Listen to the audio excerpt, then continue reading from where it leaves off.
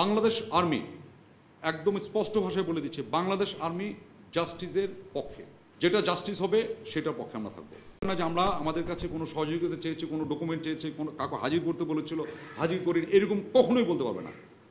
We had number of meetings with also with the commission. আমি নিজেও কয়েকটা মিটিংয়ে তাদের সাথেও ছিলাম, কমিশন এবং প্রসিকিউশনের সাথে আমাদের মিটিংয়ে ছিলাম।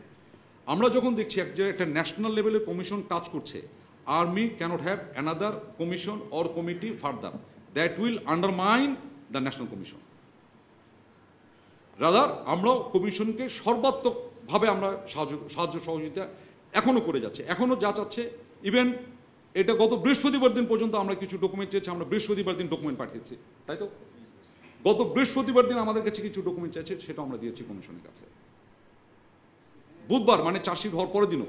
তার মানে আমি বুঝতে পেরেছি যে আমাদের এই কমিশনকে যেটুকু হেল্প করা, ইভেন বিচার প্রক্রিয়া আমরা অবশ্যই করছি। তার একটা জরুরি বিষয় একটু বলে নেই, এটা হয়তো আমি প্রথমে বলাটা আমার উচিত ছিল।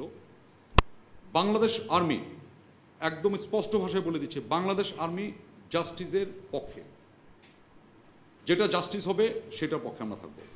ইনসাফ, নো কম্প্রোমাইজ উইথ ইনসাফ, কাম হোয়াটসো মেবি। জাস্টিসের পক্ষে আমরা অবশ্যই স্ট্যান্ড ফাস্ট এবং দৃঢ়।